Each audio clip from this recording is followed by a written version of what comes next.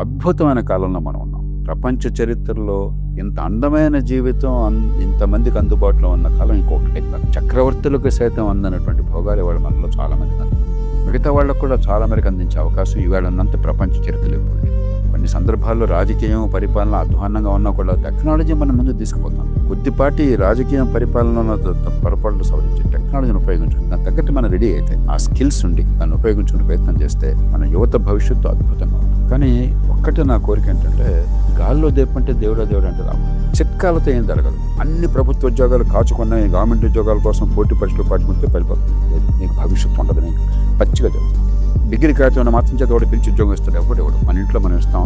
నేను ఇంట్లో వంట మనిషి పెట్టుకున్నా, డ్రైవర్గా పెట్టుకున్నా, మీరు ఈ సంస్థలో కెమెరా పనిచేసినా లేకపోతే కంటెంట్ క్రియేటర్ వచ్చినా కూడా ఆ కంటెంట్ క్రియేషన్ చేతకపోతే ఆయన మీరు ఉపయోగించుకోగలరా? ఆయన డబ్బులు ఇవ్వగలరా? ఎలా చేస్తారు? మిమ్మల్ని ఎవరు పోషిస్తారు? కాబట్టి నాకు నైపుణ్యం లేకుండా సంపద సృష్టి నేను చేయకుండా నన్ను ఎవరు పోషించలేరు. సాధ్యం కాదు. రూపాయలు ఎవరు ముద్ర ఇట్లా ఇక్కడ. కాబట్టి ఒకటే మార్గం, నైపుణ్యము సమాజానికి పనికి రావడం. వాల్యూ, మీరు వాల్యూ క్రియేట్ చేస్తే సమాజం మిమ్మల్ని పోషిస్తుంది.